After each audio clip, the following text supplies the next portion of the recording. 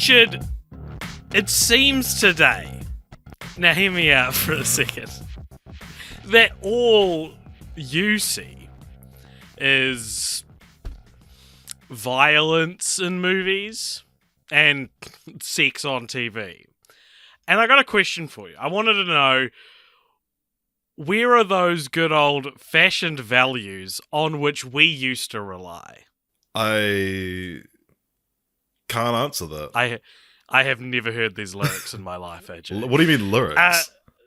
You're just talking. You're just speaking truth. That's all Family Guy is. It is speaking truth. Yeah, Family Guy looks deep inside us and reveals, I think, what we're all thinking. And as a society, I think what we need to hear.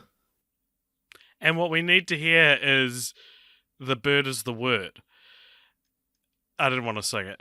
Welcome along, everybody, to Film Franchise Fortnights. My name is AJ. I'm joined by Richard. More like Film Franchise Family Guy. And every fortnight we watch a different film franchise, and as the fates would have it, this fortnight we're watching Ted and Ted 2, the Ted franchise, billed as the first motion picture from the creator of Family Guy, Seth MacFarlane, who also voices the titular character Ted.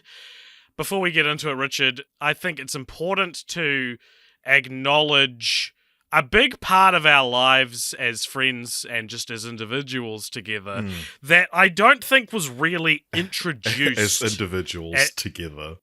Well, both, I meant. Both.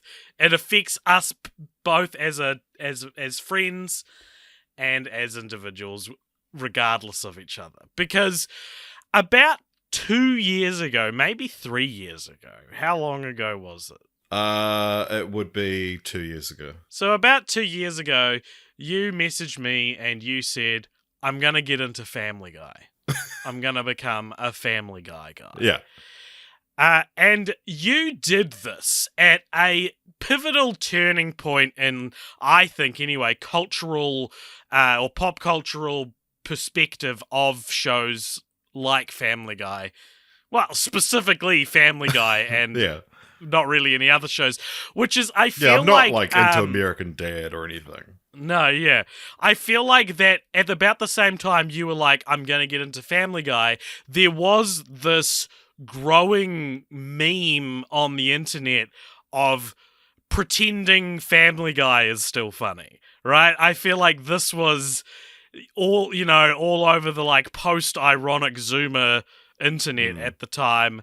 It was things like, it was all over Family Guy TikTok impressions. and yeah. But I think that it's interesting that as I've documented in the last few podcasts we've done, I'm no longer a Family Guy guy, and I am now a Scrubs guy. And actually, I'm toying with becoming a Home Improvement guy. I've started watching Home Improvement. Crazy stuff. The thing is that, like, I think, like you say, like, the meme of me being a Family Guy guy is now culminating in Ted and Ted 2 being covered on the podcast, and that's, like, how we're able to put a bow on this. But I think that, like, the cultural meme of Family Guy, like you were talking about, Peter Griffin was just added to Fortnite the other day, and I think it's still going. But no, to me, that is, like, the meme hitting its apex. As in it's going to die, or that's a...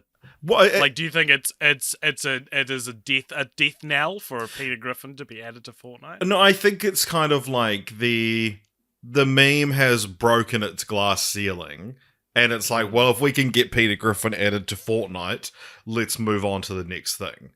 And if I can get Ted and Ted 2 to be covered on Film Franchise Fortnights, I'm ready to move on to Home Improvement. Amazing. Well, it's interesting because I think that, like, it is a weird time to introduce Peter Griffin to Fortnite. I think that the time passed long ago. Well, it's been a very long-running meme. Play Fortnite, yeah, that's true. But I don't think people who play Fortnite earnestly like Family Guy. I'll say that. I think, but I think people want to play as their favorite meme characters in Fortnite. They're not earnestly like, I want to play as Eminem. Yeah. Okay. Good point. Good point. And look, I think this is all relevant and just endlessly fascinating to me because, first of all, you got into Family Guy and then the meme happened. So from my perspective, you just have tremendous influence on the rest of the world. I do. And because the first instance I saw of this, like, ironically enjoying Family Guy thing was from you. And not from the internet. And then it just started following me round. There's a comedian I really like on TikTok named, he goes by Zach Zucker on TikTok, but his name's Jack Tucker, I think. Yeah. And he is interesting to me because he is, a lot of his set is based around asking the audience if they remember Family Guy and then breaking out into the theme song. I watched a clip the other day where he sings the theme song like 3 times in a row and then the MC comes out and is like, oh, it's Family Guy. And then the theme song starts again. The comedian comes back out and starts singing with him. And it's all like, to me, it is about... It's about something. What's fascinating about it is that this was a show that was the cutting edge when it came out. Yeah. This was a show that was the height of satire, the height of parody, the comedy that wasn't afraid to say and do things that other comedies were afraid to say. This baby's eating horse cum. Yeah, sure, as an example. And in 1999, when Family Guy premiered, I think that was very, like, that was the peak. But now in 2023, we kind of make fun of people who think, like, who joke this way. We make fun of edgy humor. We think it's lame. We think it's try hard. And you go back and watch early Family Guy, or for example, Ted 1 and Ted 2, yeah. And you go, wow, Seth MacFarlane, who for a long time, especially when I was a young Christian, and we covered a very atheist episode on the Patreon for a Star Trek film franchise follow-up a couple of months back. And as a young Christian, which I'm not anymore, Seth MacFarlane, though, Christian. Was... Now I'm an old... I don't know what I am. Agnostic, I guess. But Seth MacFarlane, to me, was the face of, like, liberal progressive atheism when I was a Christian. And now watching Ted 1 and Ted 2, I'm like, there was a time where liberals just weren't progressive, I guess, and it was, it was this very specific time. And well, I would say that Seth MacFarlane and, like, Family Guy, the style of humor is very much like, his politics lean left, sure, but he's very much part of that school of thought of, like, we make fun of everyone. Yeah. And boy, is it apparent in these movies, and I know we spent an 8-minute opening discussing almost the, like, intellectual I think it's important to put this episode into context, because it is a very funny episode for our lives, because I have... Yeah, like you say, I've somewhat ironically gotten into Family Guy and subsequently ruined your life because of it. Yeah. I remember being at a party and the Family Guy theme tune came on and being like, how is this happening? Like, Richard's not here. I didn't put it on. That means there's at least one other person at this party aware of the cultural joke that is prioritizing Family Guy. Yeah, and I've definitely prioritized Family Guy in some times of my life. I can't tell you the amount of times I was late for work because I was watching Peter and the Griffins. And I think it's interesting, I guess, because if I was still doing video essays, Richard, I reckon pretending Family Guy is funny would be my next big expose. Would be this exploration into... And you're, like, interviewing me about it, and I'm just like, I just think it's funny. I just think... And that's the amount of depth that we get the whole episode. Yeah, it's like... Yeah. But like, you do all this digging, you find out it's not the world pretending that Family Guy is funny to annoy you. People just find Family Guy funny. Yeah. I will tell you, I can't remember if I told you this or not, but I saw a comment on TikTok that really, really pissed me off. Like, I still think about it, and it makes me so annoyed. It was a clip from Family Guy, with a gameplay under it or whatever.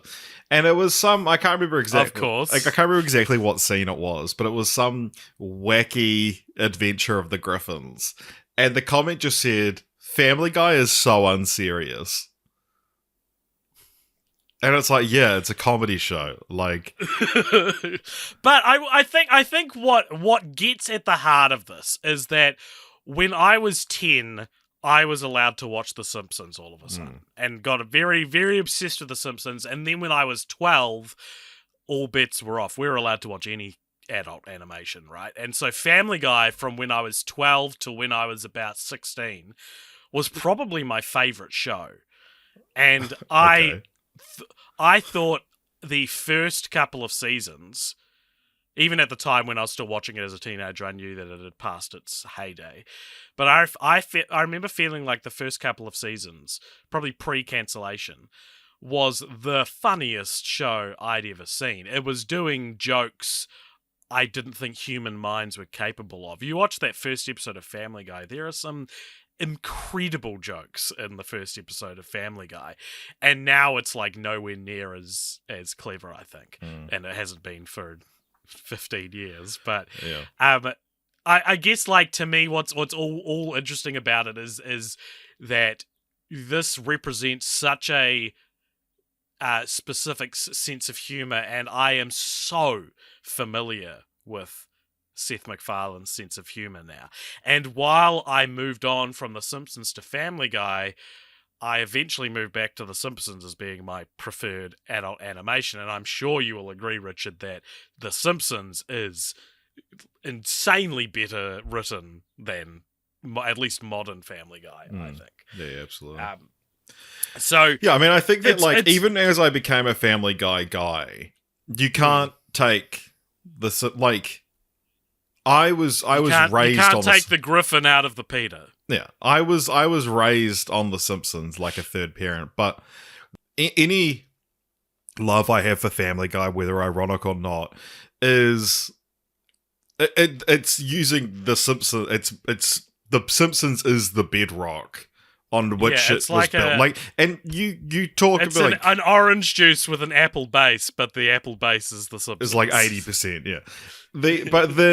Seth MacFarlane admits this freely. Like, there was must be for the 20th anniversary of The Simpsons, they did Morgan Spurlock did a documentary, which was very heavy on the Morgan Spurlock, but he had interviews with like Conan O'Brien, Matt Groening, but Seth MacFarlane was one of the big contributors, and he speaks about The Simpsons with like the same reverence that like you and I would speak about The Simpsons. And yeah, it was a really interesting insight because, and he talks about the fact that it's like how Family Guy is able to push the envelope a bit more, and he uses the example of, we get in trouble for a baby eating horse semen, but like back when The Simpsons started, it was like, this kid's talking back to his parents. Holy shit. Like, I love that tweet I saw that was like, Bart Simpson, eat my shorts, parents in the 90s. This is the most horrific sentence I've ever heard in my life. Yeah. But it's like, yeah, he has a deep respect for The Simpsons. And even when there was the Simpsons guy, the Family Guy Simpsons crossover, which happened, decades too late for anyone to be that excited about it. But it's a really interesting thing. I mean, we could talk about that, the Simpsons guy, forever. But the thing is, it suffers being a Family Guy episode rather than a Simpsons episode. Like, the Simpsons Futurama crossover, which was a Simpsons episode, is actually quite good. But you're having to dumb down the Simpsons to fit into the Griffins world. But the second half, it was a two-parter episode. The second half of that is like this whole thing about Pawtucket Patriot, the beer, being just a cheap ripoff of Duff, and the whole episode is about Family Guy being a cheap ripoff of The Simpsons. And they go to court and they like pair up all the characters that are very similar, and there's this whole extended bit about how like people think it's a we've all taken inspiration from the comedy, the cartoons before us, and it dates back to like the Flintstones. But it's sort of says I feel like it's gone off in its own direction and yada yada. But there was also a funny thing that was like in promotion for that episode, they got Seth MacFarlane and Matt Groening to draw each other in their own style. And Seth MacFarlane's drawing of Matt Groening is like he's wearing this like solid gold suit. He has like this top hat, and it looks like Matt Groening, and he has this big sash that says like Mayor of Television. And it's a very like, joking but also like quite respectful. And then Matt Groening's drawing of Seth is just a generic guy. A family guy. Yeah. Yeah. Well, look, the reason that we've brought up this whole topic for a 15-minute intro to the episode that is frankly getting longer by the second. Well, much that's how like everything works, yeah. Yeah. Like all of time. I guess because the whole Family Guy joke was part of our real friendship, it never really got an introduction in the podcast, or not that I can remember. It just sort of started this is popping us up, acknowledging that. Yeah. So, Ted and Ted 2. Ted 1 came out in 2012. Ted 2 came out in 2015. Both are directed by Seth MacFarlane, who also wrote the screenplay along with Alex Sulkin and Wellesley Wild. Ted 2 was written by those same people. And what is the Ted franchise, broadly speaking, about?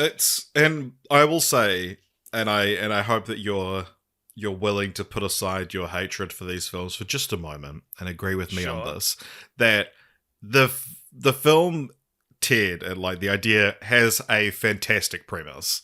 That it's a little boy in the 90s or late 80s wishes that his teddy bear would come to life so he would have a friend. And then it became this worldwide phenomenon that this teddy bear came alive.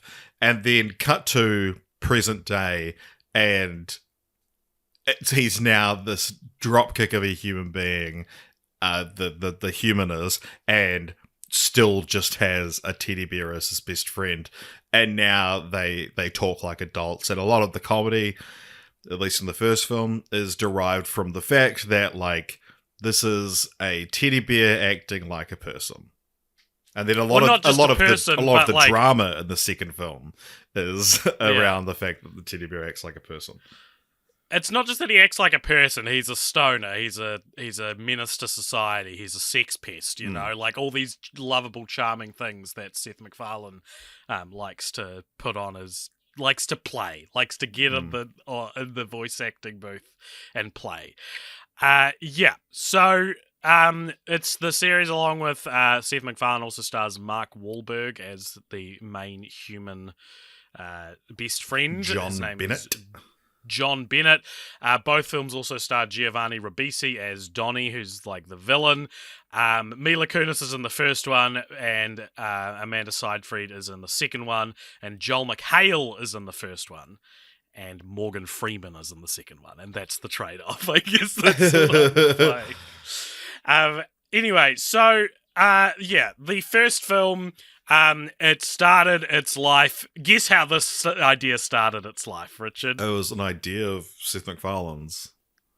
Yes, but it was going to be a TV show. Yeah, I actually remember this was like one of those films that I remember reading that, like, oh, Seth MacFarlane's working on a new show, and it's going to be a movie now, and but being one of these things that it was like those movies that you just never expect to actually happen. Like Sausage Party was one, Venom was one. These ones that you're like, I don't think this is actually happening until I see it coming out, because I've heard about it for like 5-10 years before it happened. Yeah, so it was originally going to be an animated show similar to Family Guy, American Dad, or The Cleveland Show. Has 3 other shows. Does he have other shows now? Border Town was him. That's not I never watched that one. The Orville. The Orville. But this was going to be part of his animated oeuvre. He didn't do Border Town. I don't know why. Yeah, he was going to do a Flintstones reboot. That's which right. just fell apart, I guess. So I think this franchise as a whole really struggles to shake its identity that it started out as. This feels both of these movies feel like very long Family Guy episodes, and In the best way. I can see so clearly in my head what the animated version of this would have looked like. Describe it to me. It would look like Family Guy, and when no one was moving, Wow, you're when painting no a one's picture moving, with they're your just mind. standing there frozen. They're not even blinking. Yeah. That's the Family Guy kiss of quality, I think. So it's very so the first film is basically, it's pretty simple. It's John's girlfriend, played by Mila Kunis, feels that Ted is getting in the way of their relationship thriving, basically. And along the way, Giovanni Ribisi shows up as an obsessed fan with his creepy son, and they try and kidnap Ted. What did you think of this film, and had you seen it before? So I must have seen Ted like 4 times. Jesus Christ. I saw it I saw it in the cinema when it came out because I was very excited for it. I was in the right age bracket. I would have been 20, 21 and 19, 20. And I'd grown up partially on Family Guy, and I thought, gotta check out what this guy's doing next. And then I enjoyed it, and I was in Christchurch in 2012, so a lot of the slurs and whatnot that we used in the film were things I would quite readily quote to my friends afterwards, and they would use worse slurs back at me because it was Christchurch. It was 2012. But you were better. It's important to note that you weren't as bad. I wanted to note that there was a line I would not cross. That it was like I wasn't just throwing out all the slurs. And that line was saying a slur around the protected people group that the slur was referring to. But it was a different time. We're joking, but we're not like this anymore. I promise. Please don't stop listening. Oh, I live in Auckland now, so I've grown up. But you've forgotten the slurs, whereas I live in Christchurch, where they still surround me, and I have to fight them off. I have to bat them off. Yeah. Not that they're directed at me. I don't know. This feels like a sinking joke, much like I Seth MacFarlane's comedy career. Yeah.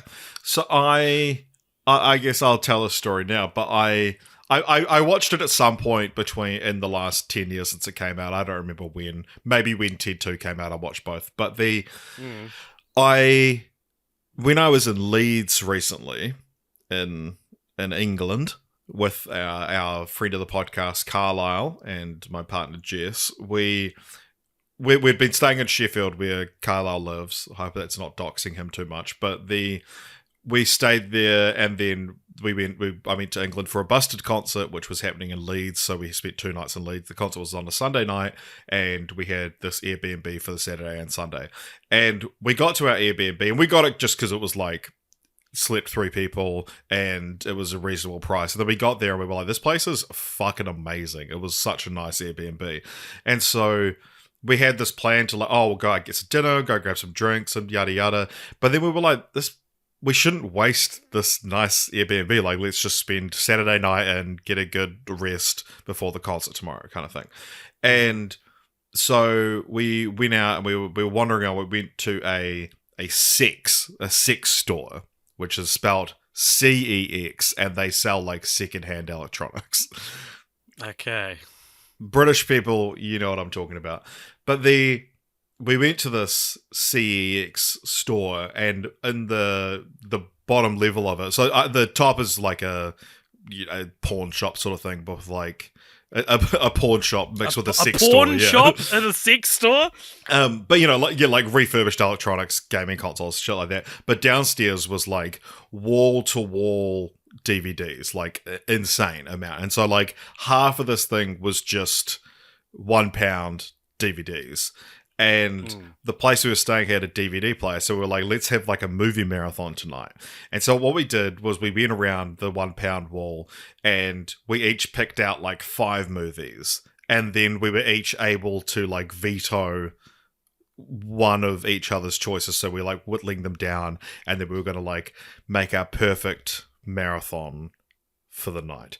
And so we were going to start off with one of the ones I picked was the Little Britain comic relief special, which is like 40 minutes. And Wow, this is very much in the same vein as Family Guy. yeah, exactly. So like it was like this kind of thing brother. of like, let's see how bad this is dated. Carlisle picked out like the Amanda Seyfried Little Red Riding Hood movie. I think one of us, I can't remember if it made the cut, but like Lesbian Vampire Killers. Jess had grabbed National Treasure. Like it was a mix of like, just fun. Oh, we were going to watch Angels and Demons or the Da Vinci Code, I think. Anyway, I also happened to find randomly the Busted Live DVD, which was very cool. I was able to get that signed the following day. But we picked all these things. We had like this nice stack of DVDs. We were like so excited. We went back to the accommodation and the DVD player didn't work. So we just bought this stack of DVDs that we couldn't watch. And so we were like, fuck it, let's just watch Ted. And so we opened up. It was just because it was on Netflix or whatever streaming service they had. And so we watched Ted. Carlisle and I went out to go get some Indian food. And then the wait was going to be ages, so it was quite expensive. So we're like, fuck it, let's just get Nando's. And we got some beers. We got some hooch, which is this like alcoholic lemonade. It's fucking incredible. And yeah, we sat in, we watched Ted till probably about midnight. And then we were like, well, let's watch Ted 2. And so we put on Ted 2, got to about 1 a.m. or it might have been later than this, I can't remember. But then I was just like, I got to the point where I was like, I need to go to sleep. So we finished Ted 2 in the morning. And this was like 2.5, 3 months ago. And watching Ted this week, I left it until very late. I didn't watch Ted 1 until like 2 or 3 nights ago. And I watched it, I started it at like 11 p.m. So it finished 1 a.m.-ish or whatever. And then I was like, well, it'd be funny if I put on Ted 2 now and I recreate this experience for myself, but I didn't do that. But you watched it, so I logged my review on Letterboxd so that I could have a funny joke when you put my review alongside yours. But then, so I got to last night. We were recording this at 10 a.m. on a Saturday, and I got to Friday night. I still haven't watched Ted 2. Jess and I put on H-Bomber Guy's new video, which is 4 hours long. We watched 3.5 hours of it. And then Jess is like, I need to go to sleep. And I was like, it was 1 a.m. And I was like, well, I guess for the second time in 3 months, I'm putting on Ted 2 after midnight. And so I went to bed. And I will be honest here, I was going to just be like, I don't need to rewatch Ted 2. I've logged it on Letterboxd already as a joke. People are going to think I watched it. I don't need to. I've watched it recently enough I can bullshit my way through it. And that's what you did. No, so last night I went to bed, watched Ted 2 on my phone, and I was like, I'll stay at least until the end of the court case. And then I was like, maybe I'll just let myself fall asleep to it. And then I just, whatever I did, whatever I get through, that's what I can do. And I think I fell asleep during the court case, and then I woke up when they find Donnie and the Ninja Turtle by playing I Think We're Alone Now.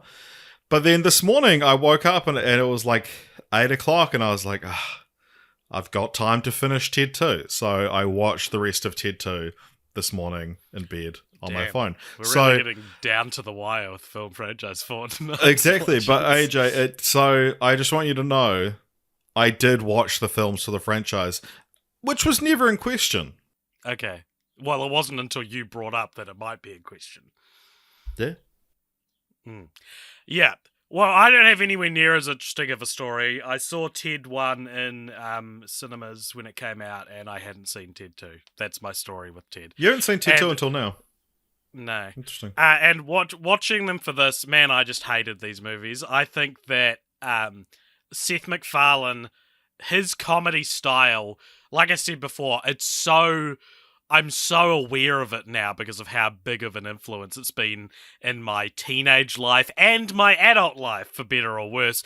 And it's just this, like, cynical but lazy kind of, like, he dresses up really basic observations in some kind of, like, hat and a dress, and so it feels a little bit more clever than it is. I don't think I laughed once. Actually, I did laugh once during. I remember the one joke I laughed at in Ted, which is at the start of the film, John's boss tells him that he knows Tom Skerritt. And it's this whole... He keeps name-dropping Tom Skerritt. And then at the end of the film, when John is getting married to Mila Kunis, he looks over in the crowd and his boss is in the audience and he's sitting next to Tom Skerritt and he like points at him and like, you know, like raises his eyebrows and Mark Wahlberg's mouth's like, is that Tom Skerritt? And then it cuts back to them and the boss is like, oh, such a beautiful wedding. And Tom Skerritt goes, what does he say? My daughter better still be alive. Something like that. And I like that joke. But that's literally it. And watching the second one again as well, like, just so angry and miserable. And I just think that, like, they're not really doing... Well, they kind of... They skirt so close to doing what I would think would be interesting with this concept. But then ultimately, I find Seth MacFarlane's voice as a director so uninspiring and so boring that I'm unmoved by it. And, like, I remember the one thing I remember thinking when I first saw this when I was 19 or 20 was, like, the end of... So Patrick Stewart opens and closes the film with narration, which is like... You know, there was a time when you'd be like, oh my god, they got Patrick Stewart. And now it's like, yeah, they got Patrick Stewart. It's Seth MacFarlane, they're friends. Yeah. He does the joke where he has Patrick Stewart say silly things in one of his shows. Like, he's a main voice actor. Avery Bullock, I think is his name. Yeah. Yeah. And I remember the closing joke of the film is they're talking about Giovanni Ribisi's kid, and they're like, and what happened to him? He grew up, he lost some weight, and he turned into Taylor Lautner. And the final image of the film is just a JPEG of Taylor Lautner on the screen. I remember thinking at the time, what a fucking lazy joke. What a lazy way to end a film. And you can go, you know, I'm sure at the time, I don't know if there's any now, but at the time there would have been Seth MacFarlane fans who were like, oh, that's the point. It's so irreverent. He makes and fun funny. of everyone. And he breaks all the rules, but it's like the ending of the movie is basically them going, this is a shitty ending, isn't it? Oh, well. And it's like, you can't, I think as soon as you start saying fuck you to the audience to such a degree, it's like, well, you kind of have to back this up by also being a good movie. If you watch a movie that's a tiresome, like, onslaught of, like, problematic jokes and a non-problematic joke of a talking teddy bear that's spread way too thin, if you do that and then end it on this Taylor Lautner joke, it's like, you're not better just because you acknowledged you're bad. Yeah. It just feels like you're not trying very hard. Yeah, it's like Roma could end with a Taylor Lautner joke. Sure, Roma could and should have ended. Maybe then it would have won Best Picture. Over Green Book. People could overcome their Netflix bias. Yeah, absolutely. So I one thing that I'm so fascinated. Like I've said before, and I wish you were more on board with it so that we could analyze this together. But like, there's two like schools of Seth MacFarlane jokes. And one of them is the lazy Taylor Lautner joke. But there is just these like tiny little observational things. That's the jokes I love in Family Guy and in Ted as well. And I wish I'd like written some down, but there's like, like it's Family Guy cutaways that are just... I guess it's just observational humor. It's like his absurdist humor and then his observational humor, and I actually quite like a lot of the observational stuff. But the thing that I want to talk about Seth MacFarlane is that like the Taylor Lautner joke, it's preceded by a Brandon Routh joke as well, and there's like slams on Justin Bieber in both films. But the like he seems so intent on like, I don't take anything seriously. You know, you want drama, go watch The Simpsons. Family Guy doesn't care about that shit. Like, I remember a Family Guy episode where it's like Meg goes to prom with Brian, I think. And at the end of it, Meg ends up cool and she goes up to Brian and she's like, hey, Brian, and you expect her to be like, can I have this dance? And but she goes, can you hold my coat? And then goes off to dance with the popular kids. And it's like, we don't do schmaltzy endings in Family Guy. But like, he's so intent on like that being his brand. But then there are some things he does so earnestly that it's like, what are you doing here? So the big example that I remember when I watched Leeds, I was like, who is this for? Is that there's a sort of like cold open to the film, and then there's a very long opening title sequence, which is like big band music, which Seth uses in like everything he does, and this like dance sequence around like this tiered stage of all these dancers and Ted, and it's just like... This is the second one, isn't it? And it's just like the title sequence of the second film. And it's like, it's very earnest. There's no like... the Seth joke is that likes it's like... Broadway. Exactly. And so it's like this thing that he's like, I'll make fun of anything, but you can't come for jazz music or Broadway and like big band stuff. I've got two things to say about this. One is I reckon... he spent the whole first movie thinking, how can I get Ted to do a Broadway big band sequence? And realized the only way to do it really, because he's such a dropkick, and the character is such a dropkick, the only way to really do it is to do it as like a non-canonical opening sequence to the second film. But what I'll say is, Family Guy, Seth MacFarlane, he doesn't do schmaltzy, and what is he earnest about? He's earnest about pop culture. And so the most earnest moments in Ted and in Family Guy are just these bizarre, like, word-for-word recreations of, like, scenes from Back to the Future. There's a bit where, and other things, there's a bit in Ted 1 where he gets his ear ripped off, and then as he, like, escapes this house that his ear's been ripped off in, he, like, reaches back in and grabs the ear, and it plays the da-da-da-da from, like, just a little note from the Indiana Jones theme. And it's like, why? Why is there an Indiana Jones reference in Ted?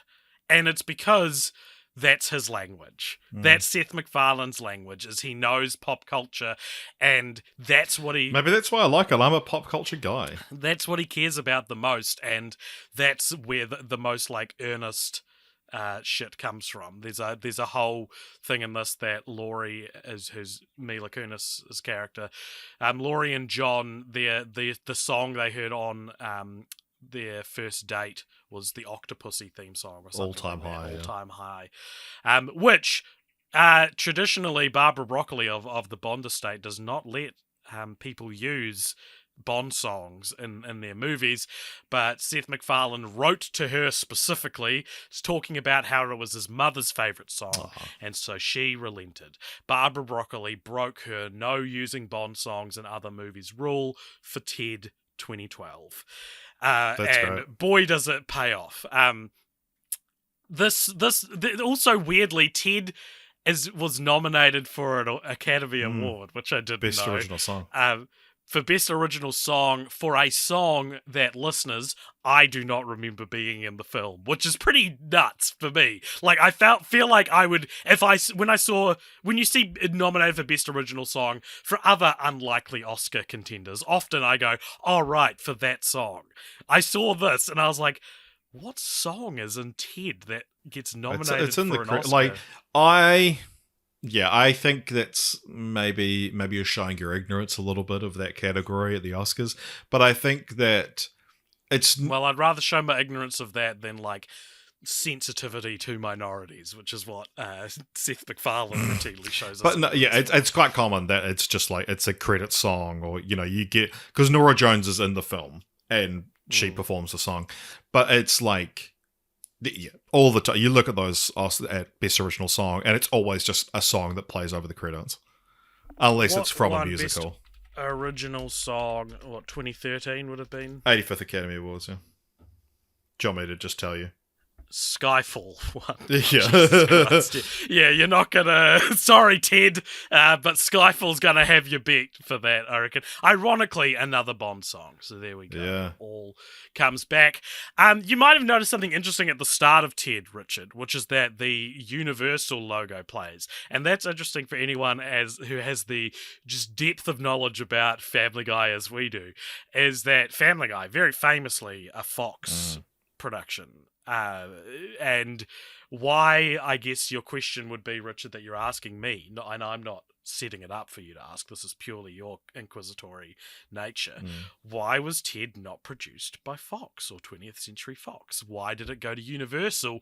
And the answer, Richard, is because Fox were like, I don't know, Seth, I don't know if you can do this. And they initially were interested in funding it. I think they were going to probably produce the TV show version of it, but when it became Seth MacFarlane's directorial debut, they were all kind of like, "We don't think you can do it." And so then he went to Universal, and could he do it? Some would argue, technically yes, but whatever.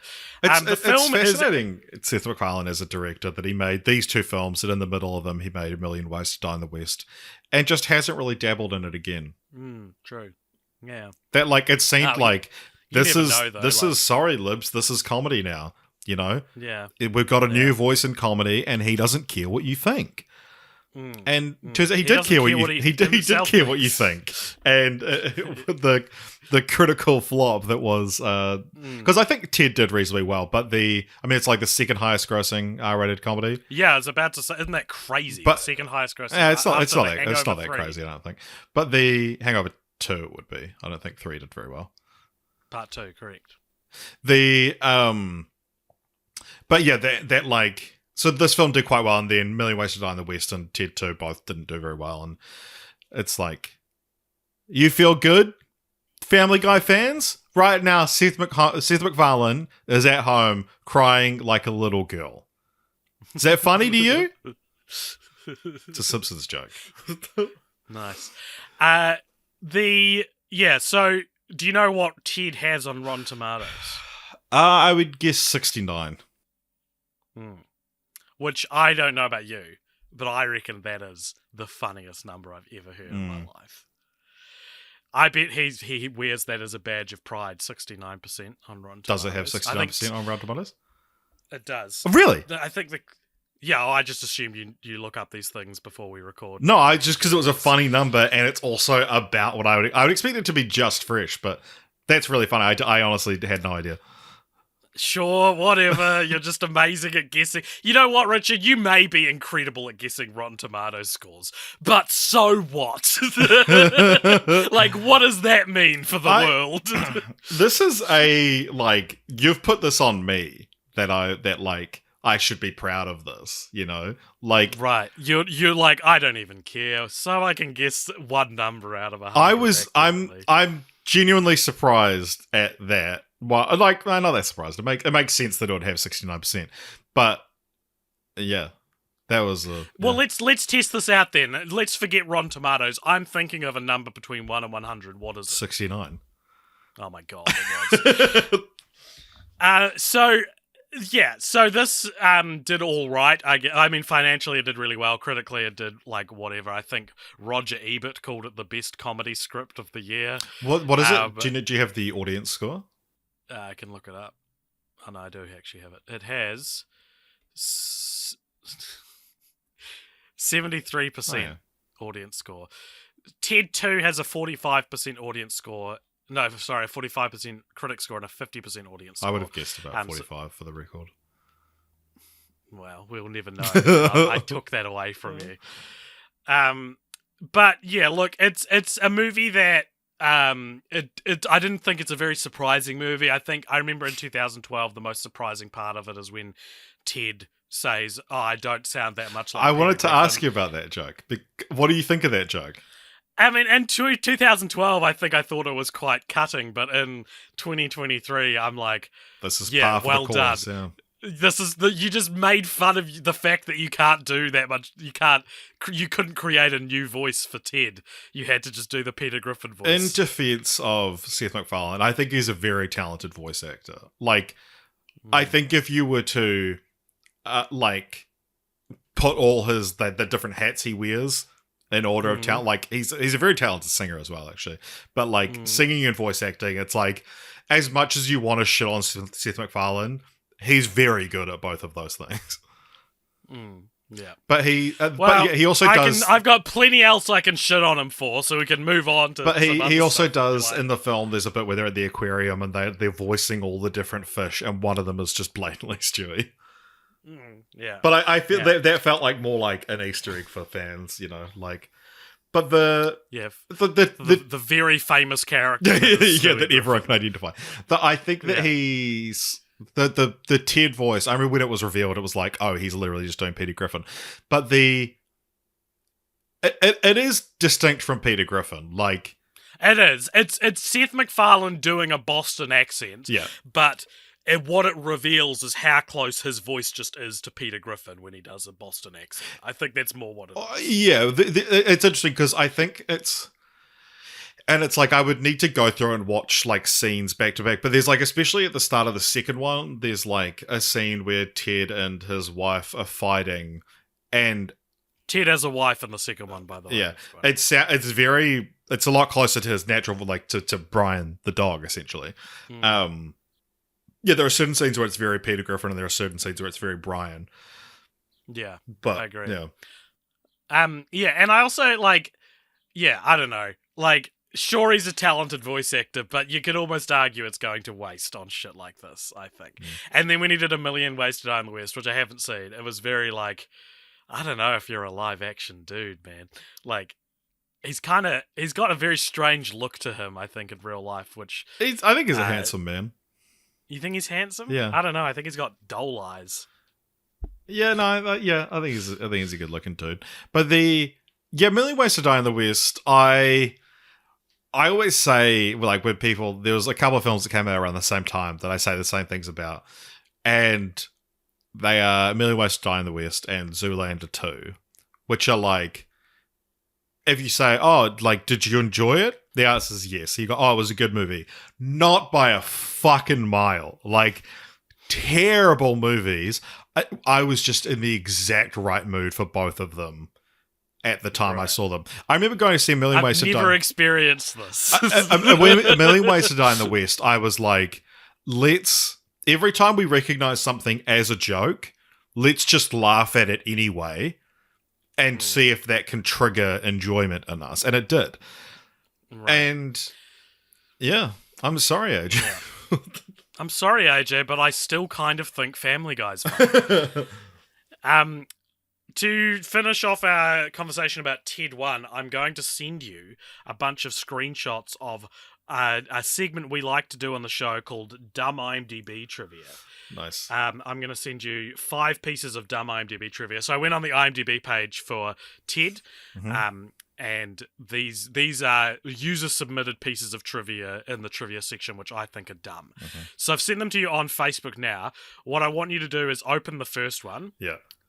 Don't read it. I want you to read it out loud, but not yet. Tell me when you got it open. I've got it open. All right. I want you to read this in your best Peter Griffin voice, please. I need to get into it. Lois. The scene where John recalls meeting Laurie is a spoof of Airplane, and it marks a strange occurrence where one movie, this one, spoofs another movie, which itself is already a spoof spoofing another movie.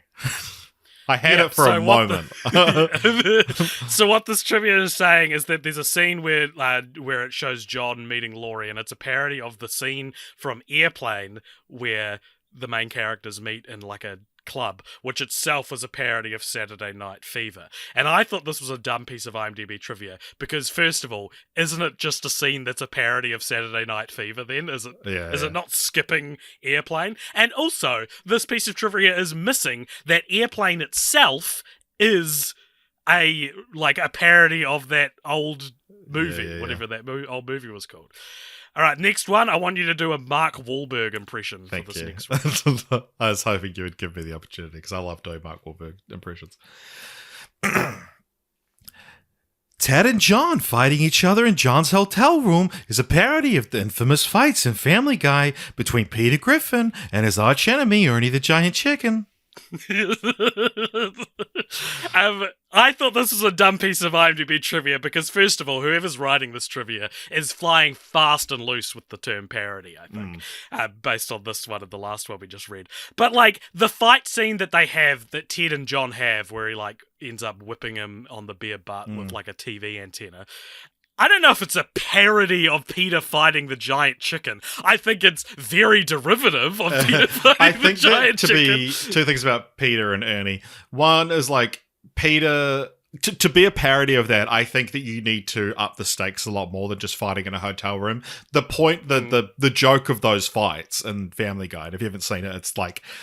The episode will just randomly be interrupted. Once every 80th episode, a giant chicken will show up and continue his fight with Peter. And they go underwater and like on a plane and they leave like a trail of destruction in the background. But there's one episode where it turns out that like the giant chicken has cancer or something like that and is on his deathbed. And like this is the A plot of the episode. Really? Yeah. And so... And it's like... This is a show that has gone on for too long. And, yeah, like, so there's this whole thing about, like, Peter's nemesis is dying, but then I think he ends up... I don't know if it's cancer, but he's sick, and I think he ends up, like, Peter helps him, like, get back to full health. But, yeah, anyway, the second thing, and this would have been in your IMDb trivia, I'm sure, and I might be spoiling something for the second film, but did you see... Peter and the giant chicken in the second film? No, tell me where. So when the fight breaks out at Comic-Con, there's like when Sam Jones, Flash Gordon, pushes Mark Wahlberg through like a bunch of people, and the people like closest to the camera is a Peter Griffin cosplayer and a giant chicken, and Peter falls onto the giant chicken, and then a couple of shots later when there's a big crowd scene of everyone fighting, you can see the Peter Griffin like with the giant chicken around his over his shoulder swinging around. Part of me is like, Seth MacFarlane is so masturbatory for putting Family Guy references in his movies. But then part of me is like, Family Guy is world famous though. Like, it's if someone else had done it, I'd have no problem with it. You know, like it's like Steven Spielberg not wanting to feature Steven Spielberg movies in Ready Player One. They should be. I can only think of one that's the other way around. I can only think of one Ted reference in Family Guy. Tell me, I was going to ask about this. And so there's an episode called He's Black, which is when, after the Cleveland show finished, Cleveland comes back to Quahog and rejoins the cast because he actually left the cast of Family Guy while Cleveland show was happening. And he comes back in, and essentially they just roast him and his show for a couple of minutes, and it's, Seth MacFarlane being self-deprecating. There's a bit where they like pull up the DVDs of Family Guy, and they're like, here's DVDs of the last 3 seasons, and fair warning, these have jokes in them. And but there's one that Quagmire says, he's like, you had a talking bear in your show that was so bad, Seth MacFarlane stopped voicing him for the 2nd season. And Cleveland says, I mean, it's pretty hard to make a talking bear funny. And Quagmire goes, it worked out pretty well in movie form. Wow. Again, not really a joke that makes fun of himself. Yeah. You know? All right, this next piece of trivia, I want you to read this in Stewie's voice, please. Oh, the longest one. Yeah. Brian. Ted and John's friendship is similar to Winnie the Pooh and Christopher Robin. Winnie the Pooh was based on an old plush teddy bear, originally named Edward Bear, then A.A. I've lost it. Brian. The A.A. Milne gave his son, Christopher Robin Milne, in August 1921 as a present for his first birthday. Brian. Christopher Robin, 2018, basically had the same premise as this movie, but was a Disney movie with some changes, and it is a family film than this film's adult content. Yeah, so ignore. There's also a typo which would qualify it for dumb IMDb trivia anyway. But this piece of trivia is claiming that Christopher Robin, the 2018 film, is, quote, basically the same premise as Ted. Which, no, it's fucking not. It's not at all the same premise as Ted. They've both got talking teddy bears in it, but, like, that's it. That's it. It's so weird. All right, we got this next one. Let's do a quagmire for this next piece of trivia. Oh, right. At one point when Ted and John are fighting, Ted throws a Bible at John. Mark Wahlberg is a Catholic in real life. That was bad. I just thought it was real funny to reference that Mark Wahlberg was a Catholic in real life. I thought, and we got one more. Do a Lois. Do a Lois Peter. for me. Tom Skerritt is the first celebrity to make a cameo in the Ted movies. Tom Skerritt is the first celebrity to make a cameo in the Ted movies, which is only, like, interesting because of how many cameos that are flooded into these movies. I don't think he is.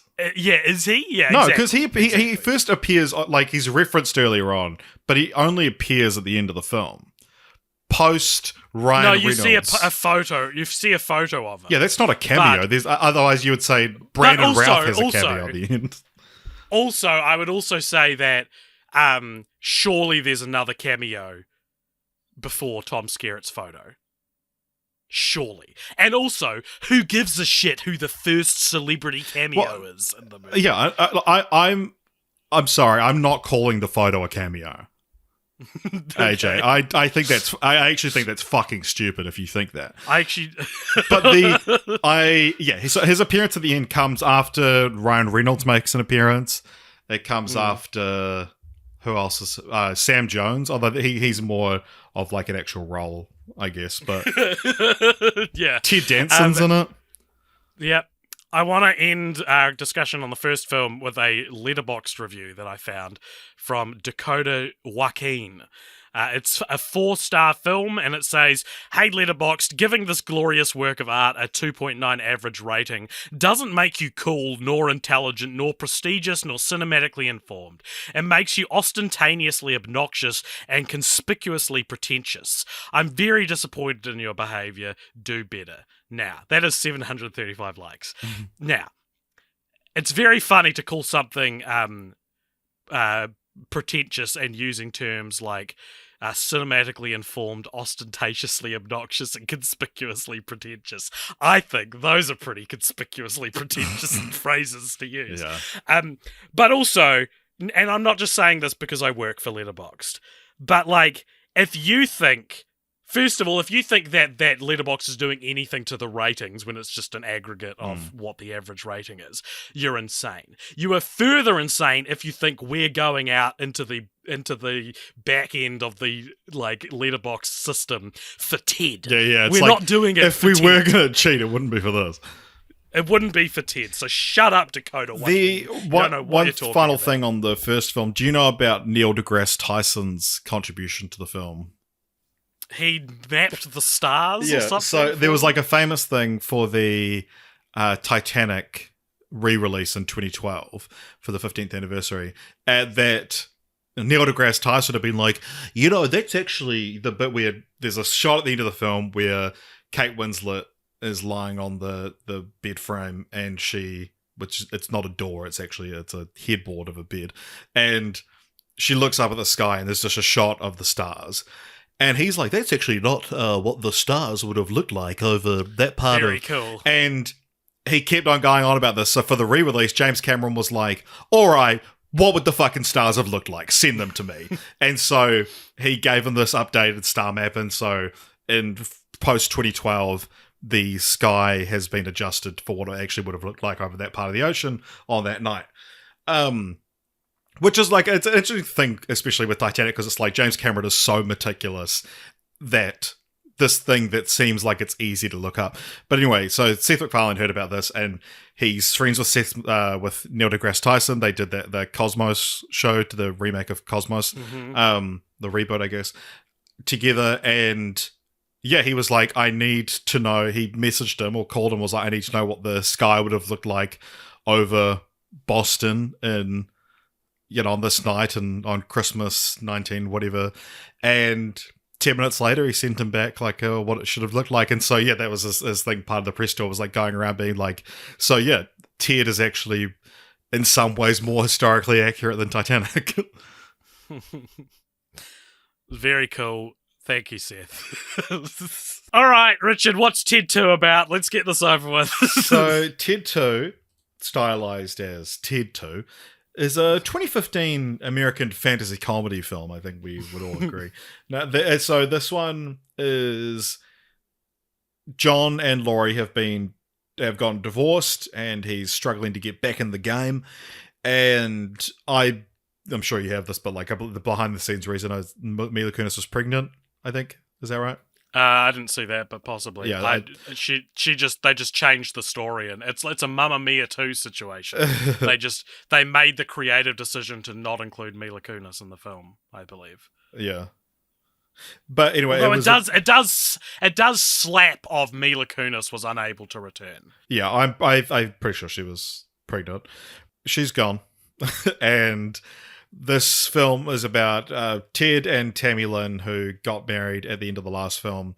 Tammy Lynn's like a trailer trash woman, yeah. I guess. That's how Seth MacFarlane Bostonian trash. Yeah. But I will say though, I think she's great. I think that actress is especially someone who I think she gets a lot of fucking screen time in the second one for a joke character from the first one. Yeah, and that's kind of what I love about it, is that like in the first one she's this joke character, pops up every now and then like very much a main character in the second one. And I think the actress has a lot of fun with it and does quite a good job. But anyway, they decide they're going to have a baby to fix their marriage, and they can't do it, PIV style. Teddy ain't got no dick! And then, so they try to get a sperm donor. They try to get Sam Jones, Flash Gordon, to do it. He only has one sperm, which he's saving to eat if he ever needs to. AJ's laughing. And then they go to Tom Brady's house and try to jerk him off, but they get kicked out. They try to get John to do it. Why can't they? John spills his cum everywhere. They do get John to do it, but then they find out that it's Tammy Lynn's uterus is fucked.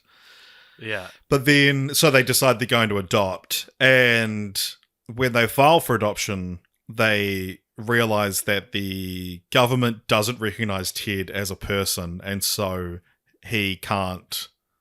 Like all his things are revoked, all his subscriptions are revoked, all his credit card, everything, even their marriage is annulled. And so the film is about a civil rights case where Ted wants to get personhood, and it ends up being they get this spunky young lawyer played by Amanda Seyfried, who plays Sam L. Jackson, and.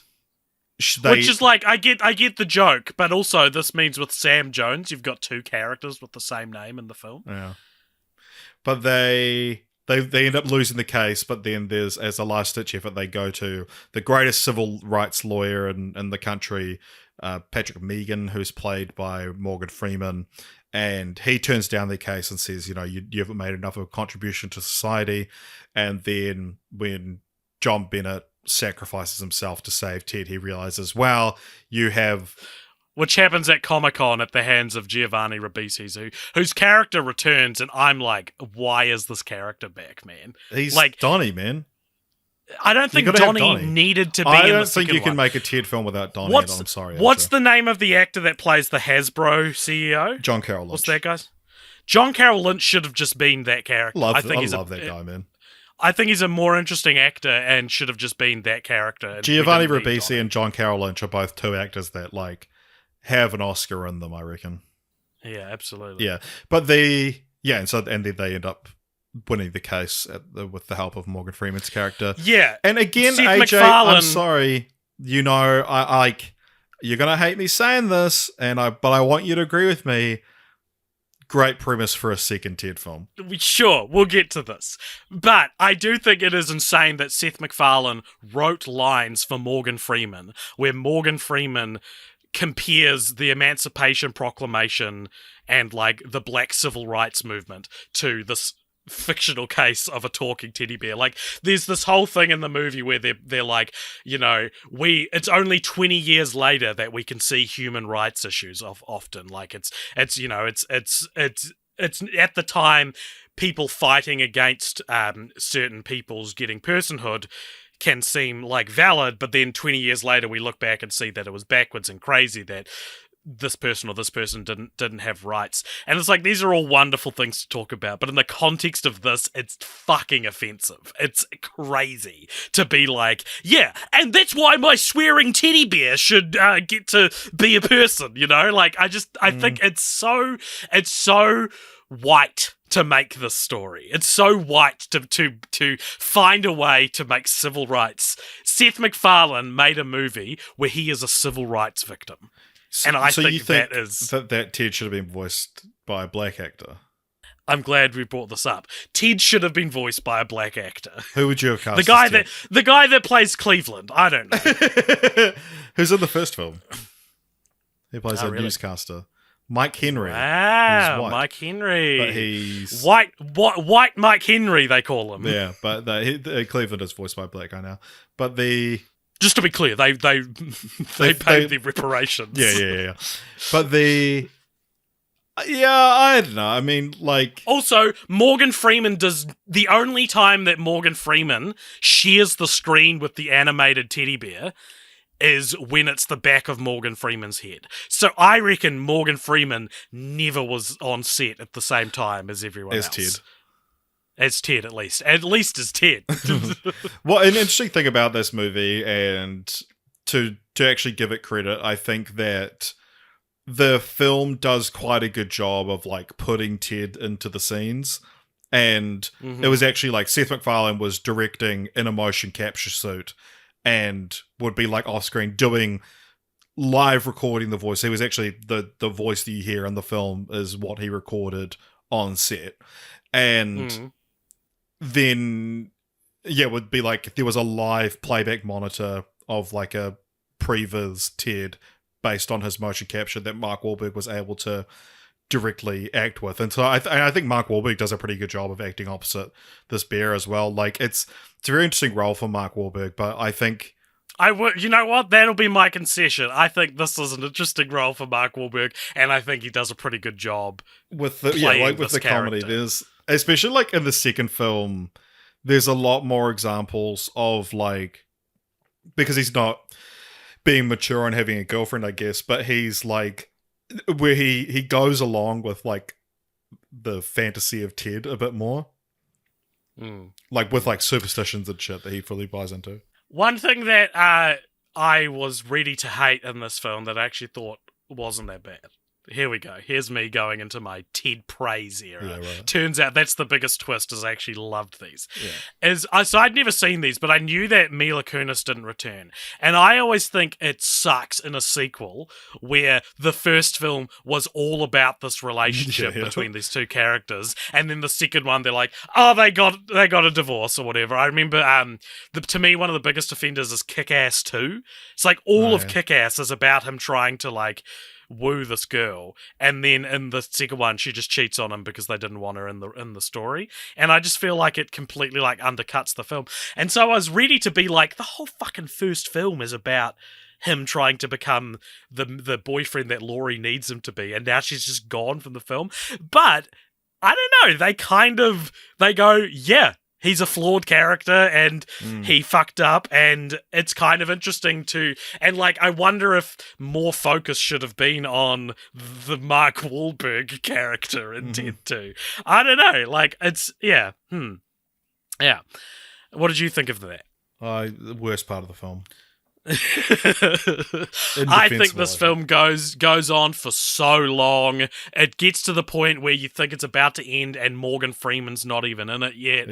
It's so pointless, it's so offensive, and I just hated this so much. Well, they make fun of everyone though, AJ. They make fun of everyone, and that's okay for a white man to do. What do you think? That's a valid thing for a white artist to do, is make fun of everyone. A rich, straight, white artist white male artist, is allowed to make fun of everyone. What? That's his God-given right as a straight white male. What did you think of the cameos in this film? Sucks. So again with Patrick Stewart being like, this isn't the get you think it is because he does this shit all the time. There's a cameo where Liam Neeson buys a box of tricks off Ted and he's like, I've been told that tricks are for kids. Does that mean I can't eat? And it's this whole weird joke that frankly I didn't think was funny enough to warrant being the Liam Neeson cameo. Did you see the post-credits But also, scene? I did see the post-credit scene where he returns the box of tricks and is beaten up as if he did get in the trouble he so fervently feared in buying the box in the first place. Funny stuff.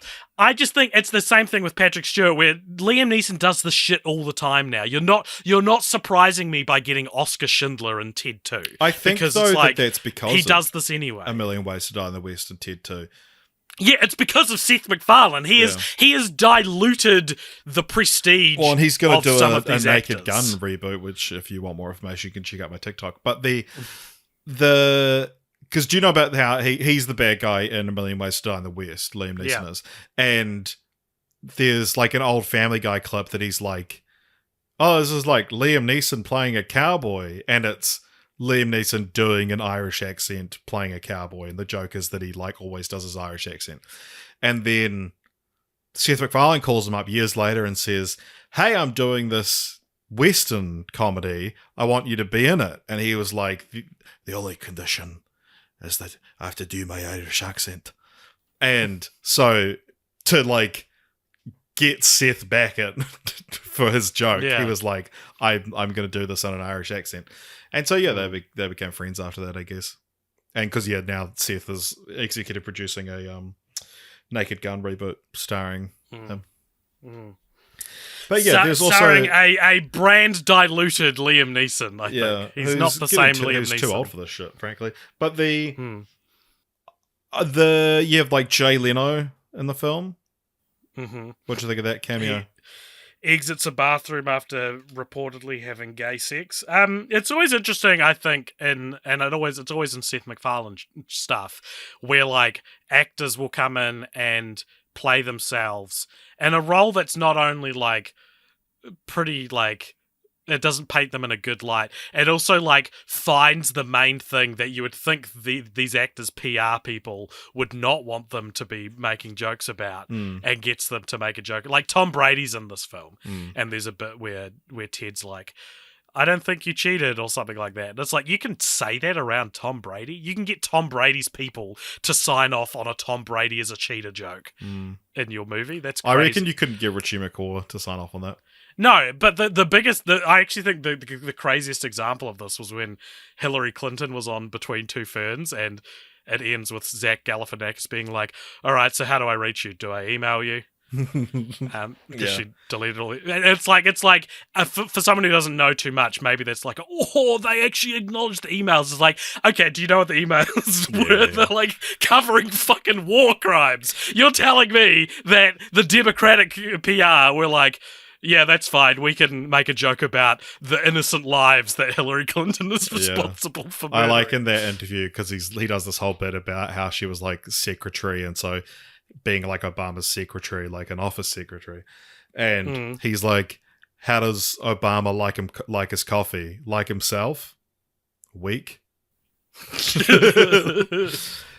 That's good. But you also have in this film someone who we've seen in film franchise Fortnights not too long ago. Michael Dorn plays Patrick Warburton's new love interest, and is dressed up as Worf in the Comic-Con scene, while Patrick Warburton's dressed up as the Tick, both playing characters they've again a joke which feels like dressing him up as the Tick, I think would have worked if it was just one scene, but he has like a whole subplot at the Comic-Con, and it's like, and he's dressed as the nerds. Yeah, that was pretty funny. And when he's like, when he knocks that guy over, he's like, careful, that floor comes up pretty fast. I don't know. I don't have too much else to say about this movie other than it was a fucking I just want to go drag through to the get rest of the through. cameos.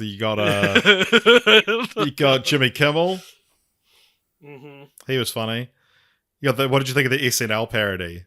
Actually pretty interesting. Actually a pretty interesting thing to put in a film. Because they're playing like it's an SNL parody of the court case. So it's an SNL episode that takes place in the universe where Ted exists as a character, and that this court case is national news. And they have Kate McKinnon playing Amanda Seyfried's character, Bobby Moynihan in a Ted costume in the court set, which presumably they roll out every now and then when they do courtroom sketches, which means that was the same courtroom where Elon Musk did his Wario sketch that he just insisted on doing when he was on SNL. And then you also have Taron Killam there as well. But the joke of it is that, like, he's like, I am not an animal. And then he ends up, like, leaping over the bench and attacking Kate McKinnon. And she's like, sorry, Your Honor, I'm on my period. And it's like, it's this funny thing because it's like, that joke isn't meant to be funny. But it's like a parody of how unfunny SNL is. And that they, like you say, that there's a lot of stuff. This movie is just a bunch of like comedically bankrupt comedians making fun of each other. Yeah. But it is. I actually quite like it though. I think it's actually not that comedically bankrupt. But anyway, what were you saying? I like these films. Why? Why do you like them? I don't know. They are bad. They aren't very funny. They aren't very funny. They're mean-spirited. They're lazy. They are dated. And they're so dated. And we had this, the last time I remember feeling this was when we watched Anchorman 2. And it came, Anchorman 2, it came out in 2013. So around, literally in between Ted and Ted 2. And it's this pocket of, it would make a great Letterboxd list, which is this pocket of films which, because they came out in what we could loosely call like recent memory, they feel like they are modern comedies. They feel like they could have come out yesterday, you know? Well, a large part of it, genuinely, I think, is that they came out in the cameo era of comedies. Sure. I remember going to see a studio, I think it was Game Night, and I was genuinely like, I wonder who the cameo is going to be. And then I realized I'm just basing this on nothing. Like, I haven't heard there's a cameo. I just think that that's what comedies have now. Then, what's his name? Dexter shows up at the end. And it's like, it's this pocket of comedies. Yeah. So they feel modern, but then they'll slap the R word in there. They'll make some horrific like Ted's a sex offender, you know, like as a character based off what we now, you know, maybe at the time people were a little less clear on what sexual harassment means. But Ted's like they sexually assault Tom Brady, you know, like that's just one example. And it's this thing where it's like, well, they don't technically. They attempt to. If the right wing weren't fully in favour of making jokes like this would be how you cancel the figures on the left. You know, especially someone like who directed Anchorman? It was Adam McKay, who was making these like baiting politically satirical movies now, which like poke so much like vitriol toward the right. If they really want to cancel Adam McKay, watch Anchorman 2. That movie is offensive as fuck. And it's the same thing with Seth MacFarlane. There's like when Ted gets ripped in half at the end of the first movie and comes back to life with a secret, like a second wish, basically. And he comes up with his face like lopsided and is pretending, and it's revealed to be a joke, but he's pretending that some of the stuffing was put in the wrong place, and he's now, I don't need to describe the joke they're making. I'm sure we can all understand. But it's like, and you know, they say the R word with glee. They say it so, like, it's so happy to them to be able to say that. And that's one of many jokes that it's just like, I'm not trying to be a white knight, but it's like crazy that this was ever allowed to be in a studio comedy. You know, this joke that would have like just made certain people feel so hurt was just allowed to be uttered by like the main characters that you're supposed to like in this movie. I don't know. I just think it sucks. I think it sucks, Richard. But if we move on now, Richard, I've got some... I mean, the way that I enjoy Family Guy and the Ted movies, and like this is it's like a gene that I have that you don't. That like and it's not even that like, oh, turning a blind eye to that stuff or anything, because I do see those bits and I'm like, oh. But I'm able to watch bad stuff and enjoy the good parts and then just be like, yeah, sweet, whatever, you know? And yeah, I mean, I said before that I like Ted, but it's like, I could, like... take it or leave it. Yeah, like pretty much. I mean, like if someone came over and was like, "Oh man, you seen this movie Ted? Like, let's put it on. It's so good." I'd be like, "Oh yeah, chuck it on. I don't mind." Like, and that's kind of what I was like with Family Guy. That it's like I can. My thing with Family Guy when I was watching it was that it's like I can put this on and pretty comfortably know that I will laugh out loud at least once. It's comfort watching. I get that, and I disagree that I don't have this gene. I think I do have the gene. Well, I think I can watch a comedy, enjoy it, despite it having problematic elements to it. I think there are plenty of comedies that I like that have problematic elements. Okay, well, say some slurs that you're okay with. Okay. No, I'm not okay with them, but like I can still enjoy the things surrounding it and accept that stuff just dated poorly. The difference here is I don't think Seth MacFarlane is a very funny person. Like, I don't think his comedy's very funny. So it's not like I'm avoiding the it's not like I'm writing the whole movie off because it's got offensive jokes in it. I'm writing it off because it's not funny and it has offensive jokes in it. Something like Arrested Development, my favorite sitcom of all time, has plenty of jokes that you wouldn't put in. Like, what's one slur in Arrested Development? They say Barry Zuckerkorn uses the term homo quite a few times. And just to clarify, if you haven't seen the show, the joke is on him. The joke is that Barry Zuckerkorn is a closeted gay man and doesn't know. Or like, there's that great joke where Will Arnett's character has been in trouble with the company before for how he's like approached gay employees, and he walks into Michael's office and there's I'm explaining the joke backwards so it won't be funny, but there's his character Job is a magician, and there's a magazine in the magician community called Poof, and he walks in to Michael's office and goes, "Hey, have you seen the new Poof?" And Michael gets up and quickly closes the door, and he's like, "His name is Darren and we can't do this again."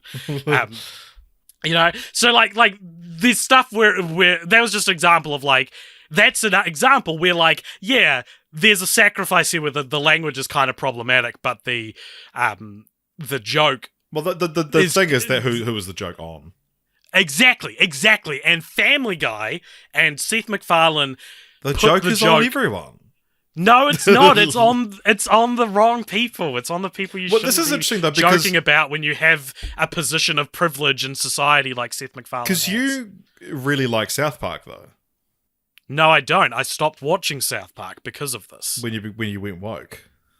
When I went woke, they did an episode on trans athletes, and I remember thinking, you know, I think I gotta give up South Park. I think I gotta, like, it is now floated so far from what I believe that I don't really feel like justifying to other people why I would still watch it. I was watching South Park for years just because it was what I'd always done. Like, yeah. I'd be watching. See, because I never got into South Park, and part of it was that side of it. Fair enough. Good on you. But I'm not claiming to be better than you or anything. I actually think there's a good argument that Family Guy. I think there's a good argument that Family Guy is more offensive than South Park. I think South Park says more inappropriate. Like, South Park earns its like R16 rating, whereas Family Guy is not R16. I don't think. But I think South Park when it like, of course, South Park's offensive, but I always feel like a lot of the time there is a message to whatever they're saying, and you know that's a lot easier to swallow when they're making fun of like the Catholic Church as opposed to the episodes that are making fun of disabled people.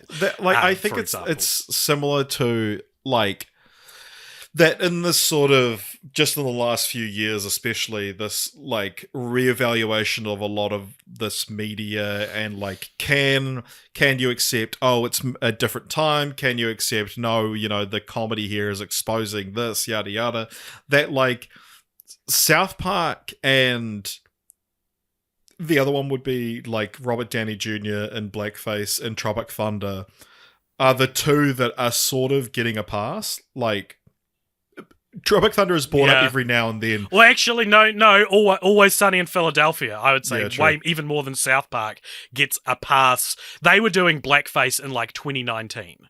Like, and the only reason I think they have not been called up on it, like Danny DeVito is dressed as a black woman and Rob McElhenney is dressed as an Asian, like very offensively stereotyped. Well, they have taken down those episodes. Have they really? Yeah, I didn't know that. Yeah, they've actually chat about it on the podcast and stuff. I'm paraphrasing sort of something I listened to like a year ago, but they kind of say it like, and I think they maybe disagree slightly on it, but it's like, I think it's maybe a little bit reactionary to just pull the episodes, because I think it might not have been their choice. It was the network, but it's one of those things that it's like, well, like if there are people that it hurts and we have to take it down and those people won't be hurt by it, then yeah, fuck it, let's take it down, who cares? Whereas like the Scrubs that just edited those parts out of their episodes because it was just in a couple of cutaways, that Bill Lawrence was on the podcast and was like, yeah, I'm fucking embarrassed by this shit, it's my show, I can cut it out. Like yeah, and all of what's even the point we're getting at here? Seth MacFarlane doesn't have these excuses. Like, when Family Guy or Ted is racist, I can't make these feeble arguments that I can make for It's Always Sunny in Philadelphia or Tropic Thunder, where I can try kind of be like, but it's highlighting the racism. It's and like, for the record, I'm not necessarily saying that is my position either. I'm still very much learning, and I think there are some grey areas that I want to learn better on it, and I don't like Robert Downey Jr.'s character in Tropic Thunder enough to die on a hill defending it. If the people who it is affecting come out and say, no, even this character in Tropic Thunder, despite the fact that it's supposed to be doing this and this and this, even that is still offensive, I'm not going to try and fight for whatever that character's name is, like Lazarus? Kirk Lazarus. I'm not going to try and defend Kirk Lazarus or It's Always Sunny in Philadelphia. I am just acknowledging that when they do blackface or black jokes, it is about creating a you know what I'm saying? Like it's creating the You've been bad talking Seth MacFarlane for 2 hours. I'm not going to help you now. No, like it's making a point. Whereas when Ted says, "Oh, have you ever seen a black guy in any movie ever?" That's Samuel L. Jackson. I don't think that's making a point. That's not the most offensive joke in the series by a long shot. That joke is probably more about the prolificness of Samuel L. Jackson's career more than anything. Yeah. Richard, it has been 7 years since Ted 2. 8 years, but yeah. 8 years since Ted 2, and we have nary seen our favourite racist teddy bear return to the screen. And what do you think is happening there? Shall we move on now to continue the franchise, where we both pitch our own continuations, but also acknowledge and pay respect to the continuations that are to come? If you like. So Ted 3 was obviously talked about on the campaign trail of Ted 2. Yeah. And Seth MacFarlane basically was like, well, we made Ted 2 because Ted did so well, so if Ted 2 does as well, we'll make Ted 3. It did not do as well, and we never really saw a Ted 3, but there is hope for all you Ted stans out there now. Yay. Because a prequel is in development for Peacock, the NBC streaming service. It's a TV show, an 8-episode live-action prequel called Ted, which is going to follow Ted and John in the 90s, I think. And so that's how you get around not having to pay Mark Wahlberg for... and also being able to be a lot more problematic and be like, well, it was a different time. Yeah, It was exactly. the 90s. It's a exactly. period piece. That's absolutely what it's going to be. Seth MacFarlane is returning to voice Ted, and Alex Borstein, she plays Lois in Family Guy, and briefly appears in Ted as John's mum. She is returning as John's mum. She's not. I thought she was. No. Oh, sorry, no. Elena Ubach is playing. Okay, so I thought it was she's returning, but the dad isn't. But they're both not returning. I guess I just assumed that Alex Borstein would be an easy get to reprise her role from Ted I mean, 1. she's blown up with Marvelous Miss Maisel. Ah, has she? Yeah. But still, we're getting Patrick Stewart in fucking American Dad. He's in every episode of American Dad. Yeah, I'm voiceover sure. works a lot easier than... That's right, voiceover artists. I said it. It is also going to feature a cousin named Blair. So that sounds very exciting. Richard, this is coming out in 2024. Comes out Richard, next month. what is... Wow, there we go. All 7 episodes. So there's only 7. I read somewhere there were 8.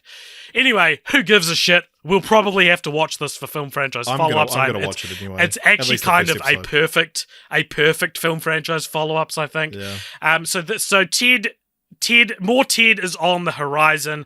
Richard, what is your continue the franchise? I think that...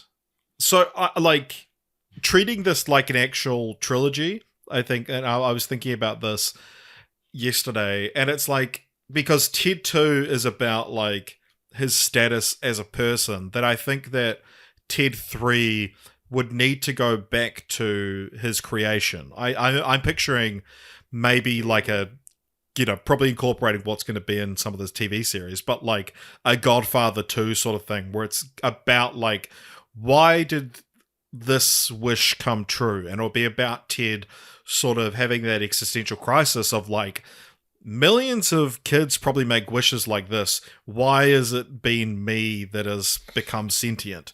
And something that the movies seem very content on ignoring, like, well, they were saving it for the third film, but the prequel. Yeah, but I think that because Ted 2 is so much, well, it's like it's a man or a Muppet situation, that I think that the second film being about him wanting to become a man, and then I think that the third film needs to be about him embracing being a Muppet. And yeah, I just, like, it would be a story involving, like, a recall of Ted or something like that. Something that, or, like, even just his deterioration, because you can see parts of his fur have been, like, fallen off, and it just, like, the raw sort of fabric. That won't make sense in other accents, because apparently those words are pronounced different in other accents. But I think that I want to dive deeper into his origins as a toy. And it's kind of interesting as well. I mean, like, he is married to Tammy Lynn, but having a female Ted seems like the obvious thing as well. It seems like what the sequel should have been, yeah. And Amanda Seyfried is the female John, like she wished her doll came to life or something, and I don't know. Yeah. No, but that's the thing, is that I think that's a rule for Ted, is it's like only Ted came to life, and no one thinks it's that abnormal.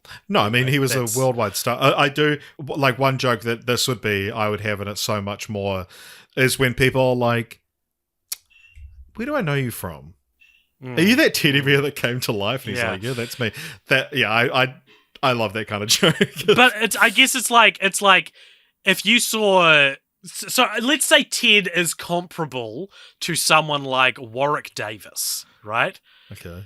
If you saw Warwick Davis walking in the street, you would be like, "Oh my god, it's Warwick Davis," and he's still a human.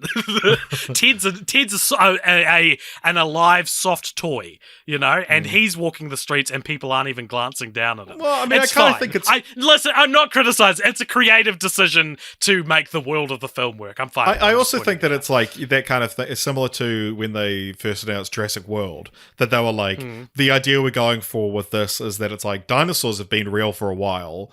What if people were now bored of them? And I like the idea that Ted was a 15 minutes of fame that everyone got kind of bored of, and now he's just, and because now he's just some stoner loser, and like people around the Boston area would have seen Ted, they're bored of him. It's like seeing Woody Allen in New York, apparently. Right. We're interested in the same things, I think, Richard, because my Continue the Franchise for Ted is a gritty reboot directed by Yorgos Lanthimos. Oh, yeah. I want to see a Ted film where when Ted is brought to life by a wish, he is not free to live his life, but is instead taken by scientists.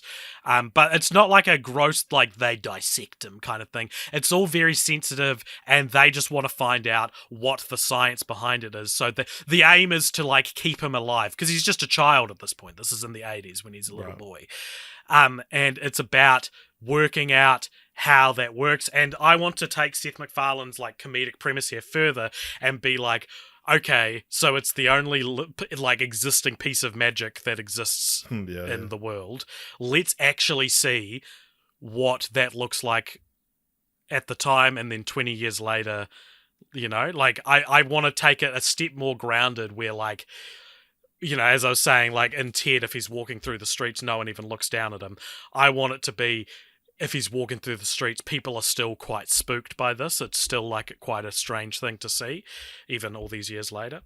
That's my Continue the Franchise. It's a gritty, realistic examination of what it would be like if this actually happened. Nice. Love it. Love Well, it. now all we've got to do is rank that franchise, Richard, over at letterboxd.com. We've got our Culpopture account, in which we have a list that ranks all the franchises we've ever watched, and we're going to rank Ted right now. So, where do you think Ted lands in?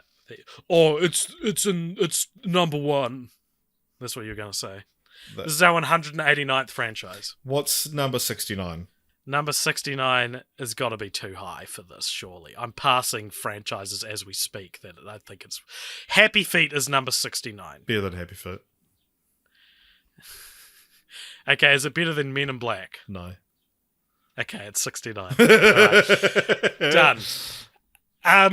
Cool. That is so not where fucking Ted should go, Richard. I'm looking at this list now. Hey, let's see how our people playing at home guessing along did. We just don't take this seriously anymore. Here are films we've put Ted above.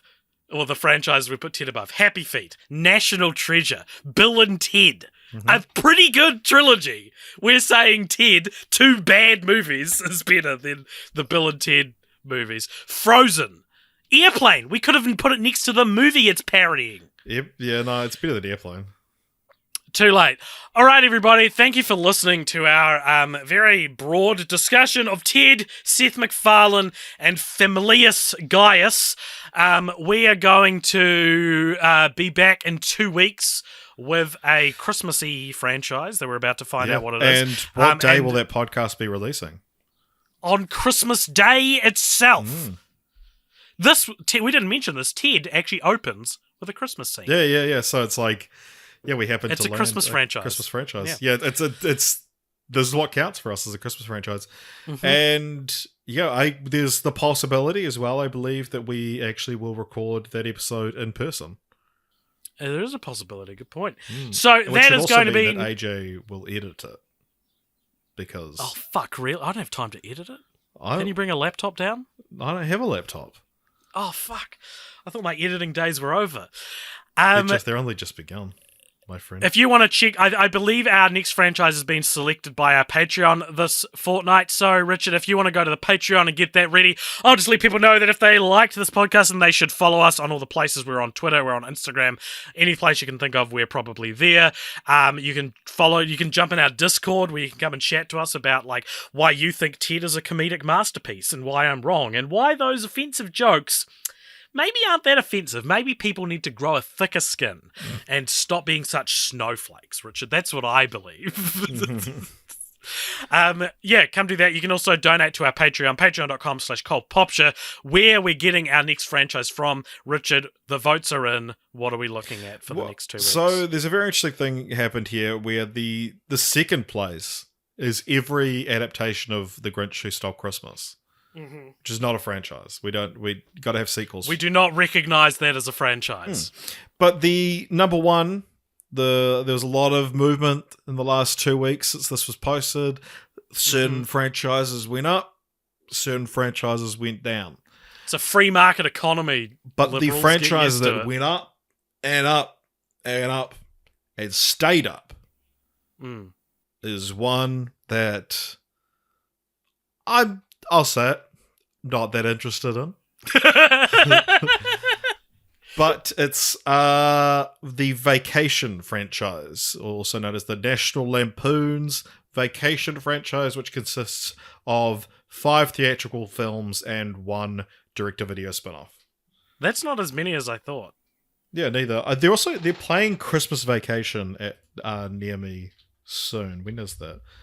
Right, so there are 2 Christmas Vacation movies, I believe. Yeah, the Christmas including- Vacation including- 2 is the straight-to-video spin-off.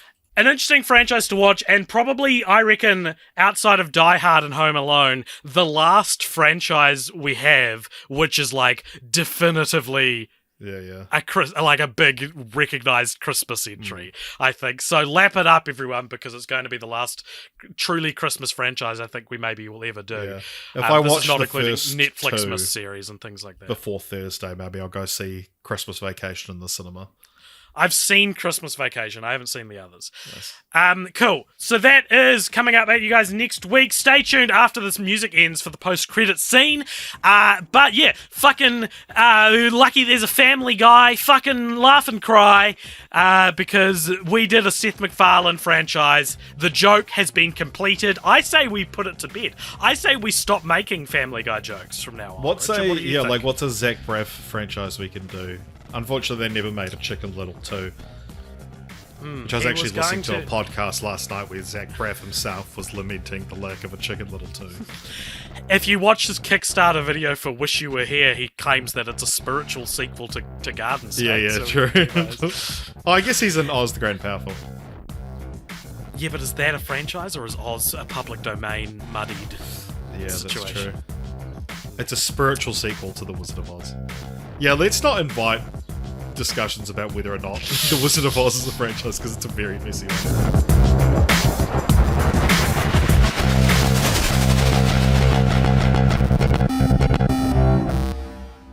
Welcome along to the post-credit scene. This is a segment at the end of each episode where if you donate $5 or more over at patreon.com/ColePopsha, you get to give us something to talk about in this, the post-credit scene. Richard, who's it from and what is it? Today's one comes to us from Vincent DiBiase, who says, if you had to make a documentary right now, what would the subject of it be? It would be about how Family Guy, we pretend it's funny, and that's kind of become its own cultural joke. And I would be interested in exploring not only that itself, but like, where is the current sense of humor in the world that this kind of thing is funny? Because to find pretending to like Family Guy funny is to acknowledge that there are at least 2 layers of irony there, and I think humanity is headed towards a very esoteric sense of humor. A third in the layer. future, if that is a third layer. Yeah, What about you? What would you call your documentary? I'd call it Pretending Family Guy is Funny. That's boring. I would do a documentary. I've said before I'd love a documentary about Rick Rubin. I find him a very fascinating person, and I like hearing him speak. But I would. I mean, if I was to make a documentary right now, to be honest, I would probably team up with one of my journalist friends and do something they're passionate about. As I'm doing a lot of work at the moment in the Māori Health Authority, Te Ako Whaiora, which is about to be shut down by our fucking Well, there's your documentary miserable right government. there. And so it's like, yeah, with the connections and the current resources I have, probably would be that, to be honest. And I mean, I'm making little videos, which are little mini documentaries for them anyway. But yeah, I think that as a creative and especially like doing documentaries and stuff, but it's a two-sided coin, because it's like one where it's like I want to use my privilege and my platform to lift up other voices, but at the same time it's like, well, why is a white guy doing this story, you know? The classic struggle of the young white artist in 2023. I understand. And that it's not a real struggle.